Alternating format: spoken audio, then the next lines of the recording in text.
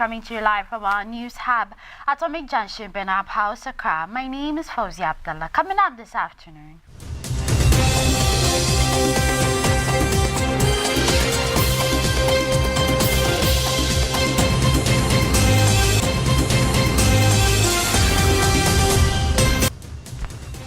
The National Pensions Regulatory Authority prosecuted 11 employers in 2025 as part of efforts to enforce compliance with pension regulations.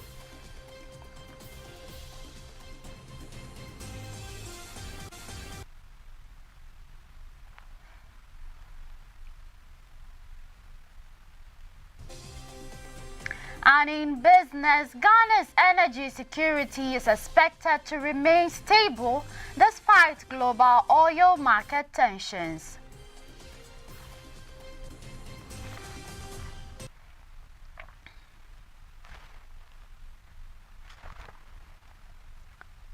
And on the international front, shipping remains at a standstill in the Strait of Hormuz despite the ceasefire agreement between the United States and Iran.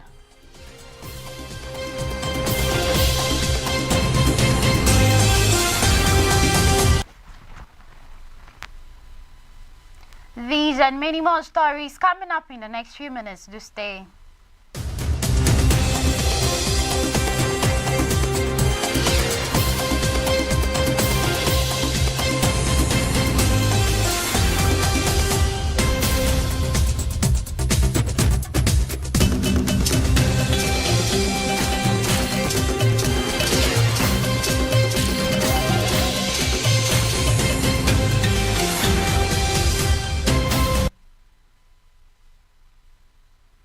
Thanks for staying. You're watching Baina Midday News and we're streaming live on Facebook and on YouTube at Baina TV. Now let's move on to our very first story. And the National Pensions Regulatory Authority has disclosed that it prosecuted 11 employers in 2025 and recovered more than 27 million Ghana cedis in unpaid pension contributions as part of efforts to enforce compliance with pension regulations. The update was contained in a speech delivered on behalf of the Chief Executive Officer by Deputy CEO Victor Azuma Mejida during a media engagement in Accra on Thursday, April 9th, 2026.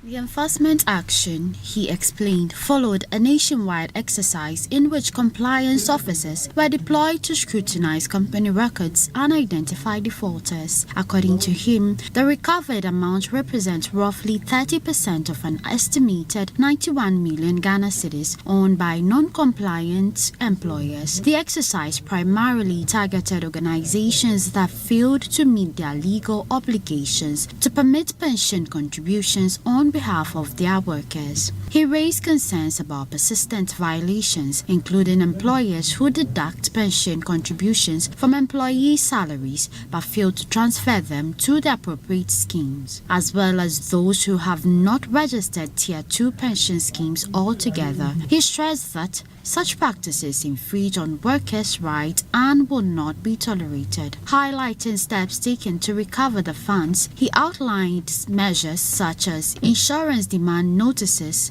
to compel settlement of outstanding obligations, prosecution of 11 recalcitrant employers with structured payment plans enforced by the courts, persistent follow-ups and enforcement actions leading to significant recoveries, continuous monitoring of employers and the payment plans to ensure compliance, escalation of non-compliant cases for legal redress and enforcement of judgment. To further strengthen enforcement, the authority indicated that it has trained 44 prosecutors nationwide and is intensifying inspection in line with the National Pension Act 2004, Act 766. It also appealed to the media to support its compliance drive by exposing employers who fail to meet their pension obligations.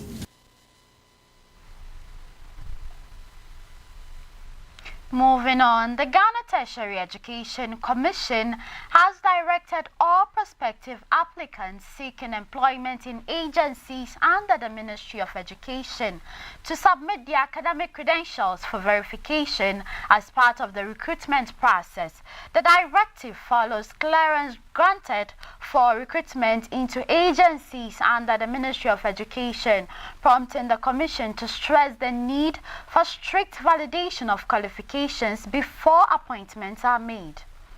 In a statement issued on Thursday, April 9th, the Commission urged applicants to present their tertiary level certificates, including diplomas, bachelor's degrees, master's degrees, and PhDs for evaluation to ensure their authenticity. The move, according to the Commission, is aimed at addressing the growing concern over the use of fraudulent certificates and qualifications obtained from unaccredited or unrecognized institutions. The GTEC, established under the Education Regulatory Bodies Act 2020, Act 1023, is mandated to accredit both public and private tertiary institutions and their programs, as well as verify academic credentials.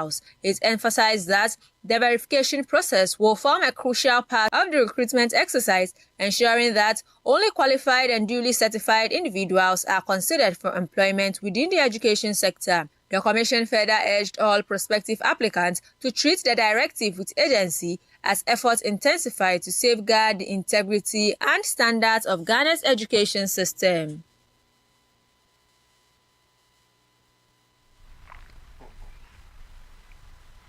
Away from that, the Accra Newtown Salah First Foundation, in partnership with the Office of the Member of Parliament for Ayawaso North and the Deputy Minister of Tourism, Culture and Creative Arts, has held a successful graduation ceremony for the first batch of youth trained in artificial intelligence and digital skills. The ceremony, which took place on Wednesday, April 8, 2026, marked the climax of a 14-day intensive workshop aimed at equipping 400 young people from the Ayawaso North community with modern digital and technological skills. Member of Parliament for Ayawaso North and Deputy Minister of Tourism, Culture and Creative Arts, Honorable Yusuf Jaja, expressed appreciation to the sponsors, facilitators, and all stakeholders who contributed to the success of the initiative. He encouraged the graduates to use the knowledge acquired to positively impact their community and support others, stressing the importance of continuous learning in today's digital world. All the graduates, what you have achieved in just 14 days is truly remarkable. In a short time, you have stepped into the world of artificial intelligence, gaining knowledge, building skills, and expanding your horizons. You have shown that with determination and focus, even a brief period can spark meaningful transformation. Artificial intelligence is shaping the future of our world across industries, economies, and daily life. Today, you are not just witnesses to this transformation, you are now equipped to be part of it. You are innovators, problem solvers, and change makers. This journey has been about more than just learning technology. It has been about resilience, courage, and the willingness to try something new. You embrace challenges, learn from mistakes, and grow stronger every day. These are the qualities that will guide you far beyond this program. As you move forward, remember that this is just the beginning. The knowledge you have gained is a foundation, one that you must continue to build upon. One that you must build upon. Use your skills to create solutions, uplift others, and contribute meaningfully to the society. One of the organizers explained the vision behind the program and thanked all individuals and institutions that supported its successful implementation. This is to empower young people with practical, ready digital skills. This initiative was inspired by a clear vision to transform Accra New Town Salafest from just a celebration into a platform of real community impact and youth empowerment under the leadership of Honorable Yusuf Jaja, Member of Parliament for Iowa South, Deputy Minister of Tourism, Culture and Creative Arts. 250 qualified participants were selected and trained from 2nd to 18th of March 2026. And through dedication and commitment, 170 successfully completed the full program and are graduating today. This achievement reflects the unwavering support and visionary commitment of Honorable Yusuf Jaja, whose continuous leadership has transformed Accra New Town Salafest into a sustainable platform for youth empowerment, innovation, and community development. Special guest of honor, Honorable George Opari Adu, highlighted the importance of digital skills in today's world, referencing the 1 Million Coders program and encouraging the graduates to be agents of change, reshaping perception of the Zongo community through their achievements. This is why, as a government, we have made a deliberate commitment to invest in you, your skills, your ideas, and your future. Through the 1 Million Coders program, we are opening doors for young people across the country to acquire coding and digital skills at scale. Our vision is simple but powerful: to position the Ghanaian youth not just as consumers of technology, but as co-creators, creators, innovators, and leaders in the digital economy. And today, you have chosen to take that commanding heights in the digital space. Some of the graduates also shared their experience from the training, encouraged other young people who missed the opportunity to take advantage of future editions, and expressed gratitude to the foundation for organizing the program. Participated in the 14-day training, AI training, which started on the 2nd of March, and it was truly inspiring and engaging. I urge everybody to make it a point to be part of this kind of initiatives.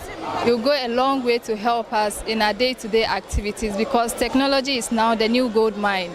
So I would encourage everyone to be a part of this event anytime it is being organized. We are very grateful to the Honorable Member of Parliament, Honorable Yusuf Jaja, for this great initiative. It was truly inspiring and engaging, as I mentioned, and we are hopeful that in the next coming years or in future, there will be greater opportunities that the youth of the community can embark on. Awards were presented to individuals and organizations that played significant roles in the success of the program. Graduates were also presented with certificates in recognition of their successful completion of the training and their outstanding performance.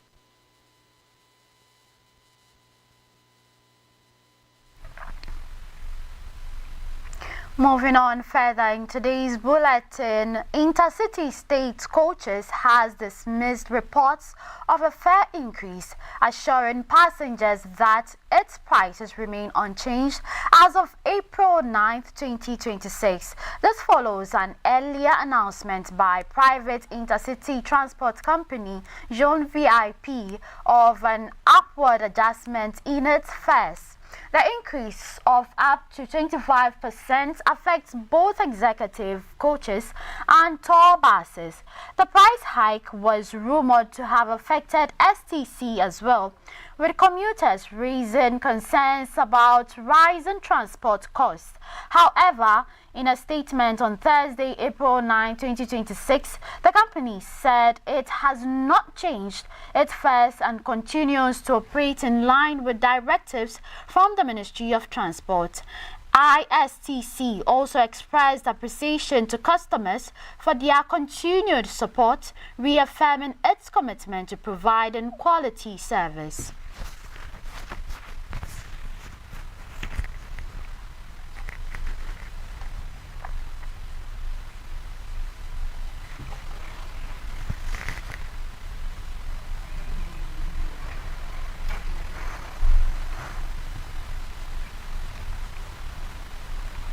You're still watching Baina Midday News. We'll be back with business and more after this break. To stay.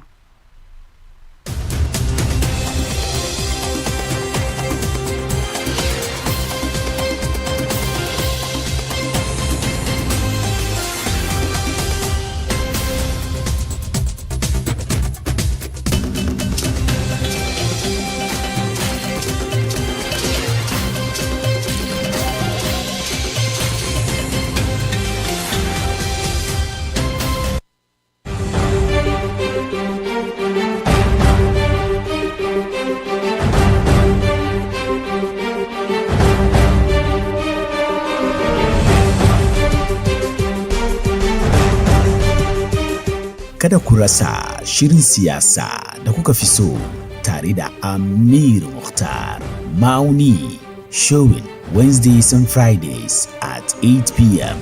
only on Baina TV.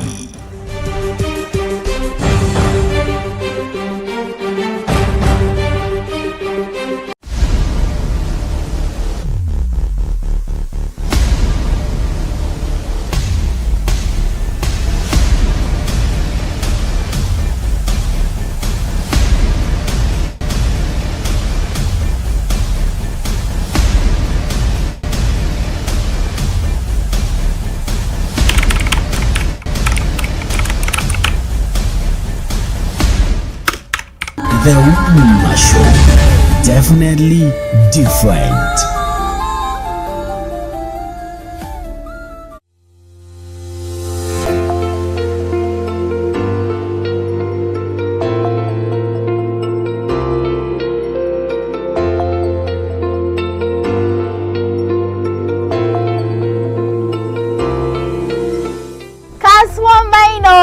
Kasuwan Baina, ina masu ciniki, me kake sayarwa? Abincin ci ne ko kuwa rigan sawa ne?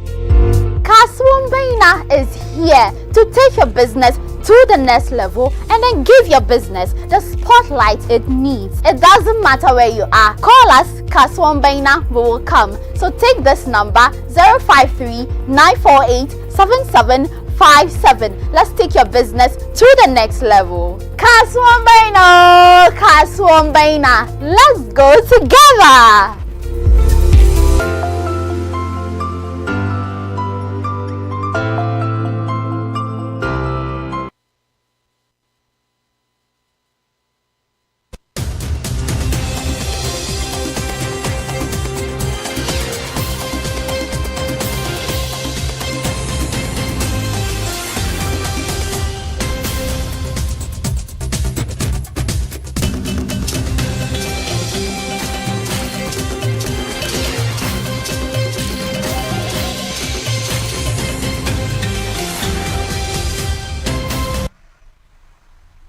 You're welcome back. If you just tuned in, you're watching Baina Midday News and we're streaming live on Facebook and on YouTube at Baina TV. Now let's delve into the world of business, and Ghana's energy security is expected to remain stable despite global oil market tensions, supported by the resumption of operations at the Tema Oil Refinery.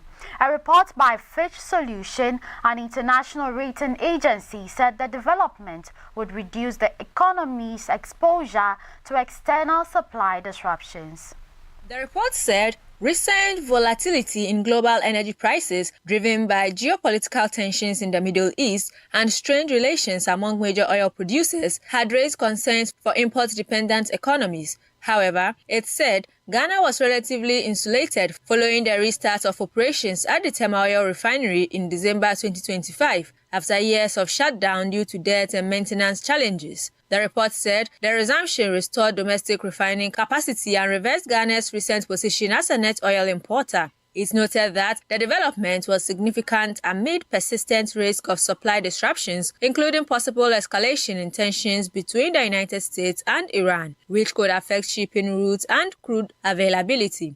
Data from the Ministry of Finance and the Bank of Ghana indicated that Ghana's hydrocarbons trade position was nearing balance, suggesting that higher crude prices would not necessarily worsen the current account. Under favorable condition, it said higher prices could boost exports received from crude oil. Consequently, the report projected Ghana's account surplus at about 4.2% of GDP in 2026, above the historical average deficit recorded between 2010 and 2024. The report said strong export earnings and prudent external financing had strengthened foreign exchange reserves, which stood at about $14.4 billion at the end of the first quarter of 2026. It said the reverse buffers provided adequate capacity for Bank of Ghana to intervene in the foreign exchange market in the event of external shocks, including those from global energy markets.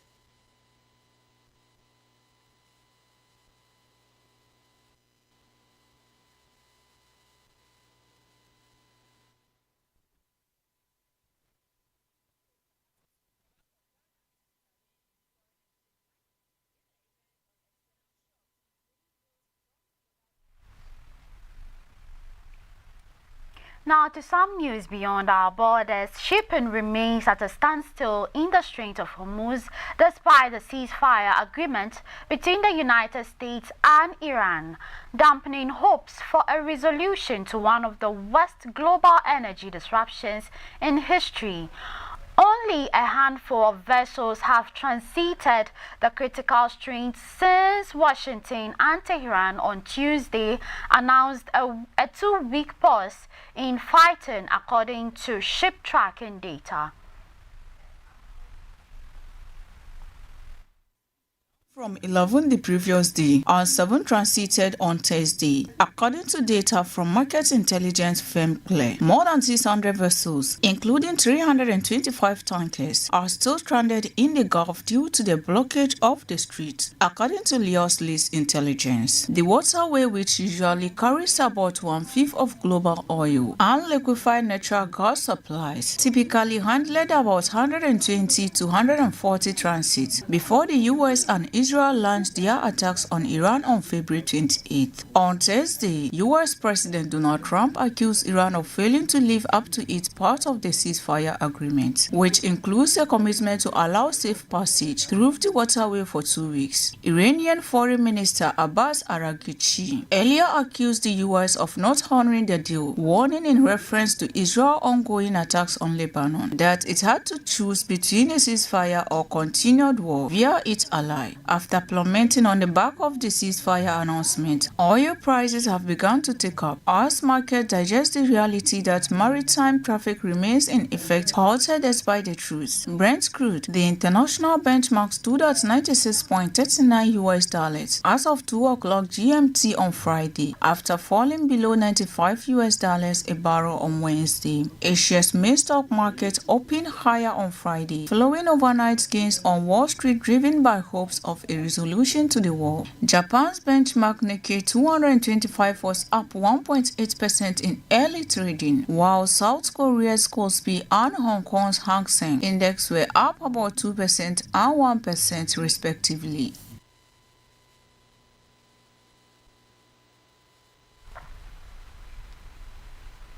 And in the world of sports, the Executive Council of the Ghana Football Association is set to hold an emergency meeting today, April 10, 2026, with the appointment of a new Black Stars head coach, expected to dominate discussion. The move comes after the dismissal of the 50-year-old tactician following Ghana's consecutive defeats to Austria and Germany during last month's international friendlies. Those results intensified scrutiny over the team's direction, particularly with the 2026 FIFA World Cup fast approaching. With less than 3 months to the global showpiece in North America, the pressure is mounting on the GFA to establish a clear technical leadership for the national team. Several high-profile names, including Carlos Queiroz, Paulo Bento, and Fernando Santos, have been linked with the vacant role. The executive committee is expected expected to review the options and arrive at a preferred candidate during today's meeting. Following the decision in the GFA will enter into consultations with the government before any official announcement is made. The football governing body has indicated that its intention to appoint a coach with a proven track record at either club or international level. Minister of Sports and Recreation Kofi Adams has hinted that the new head coach is expected to be officially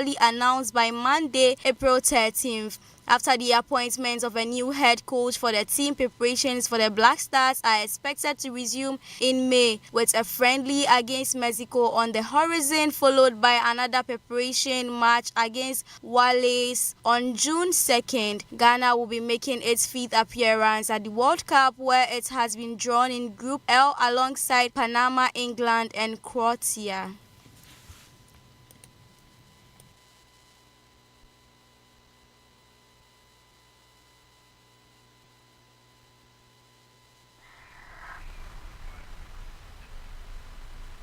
Now, this brings us to the end of today's news bulletin. For more news, you can visit our website at www.bainamultimedia.com. My name is Fawzi Abdullah. Do enjoy the rest of our programs.